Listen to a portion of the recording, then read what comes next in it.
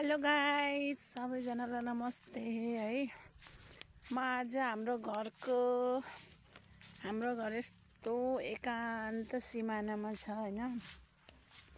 सबैले भन्छन् त्यहाँ कसरी घर बन्यो बाटै छैन, कसरी बन्यो भनेर भन्छन् है। तर हेर्नु यहाँको बाटो यति चौडा छ के हैन।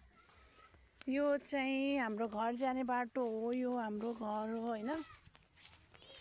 यो बाटो चाहिँ ल हेर्नुस् गाइज 6 मिटर भन्दा है अलिकति धेरै छ। यो किनारमा चाहिँ यो नाला बनाउने हो हैन, यो कुलो। ल हेर्नुस् गाइज यति ठुलो बाटो छ के हाम्रो घरमा आउनलाई। सबैले भन्छन् बाटै छैन अनि यो के हो त बाटो नभएर।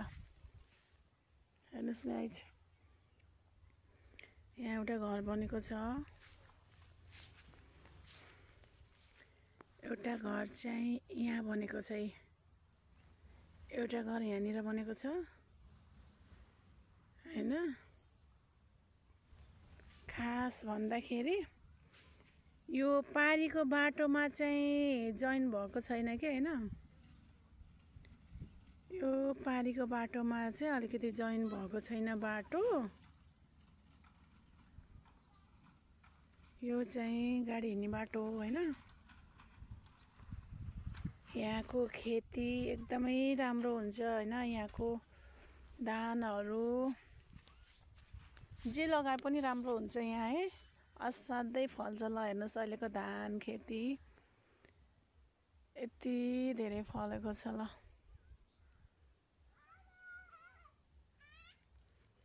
यस्तो राम्रो।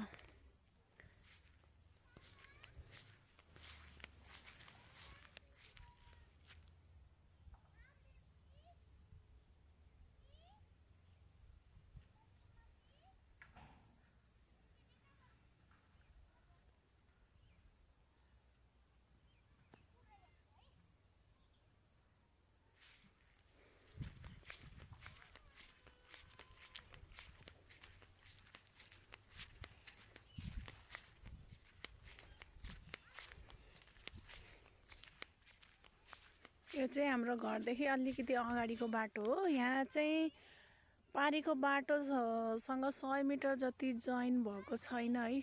अलि परसम्म बाटो छ, त्यसपछि त्यो पारीको लाइनमा जोइन चाहिँ भएको छैन। त्यही भएर नै होला हैन।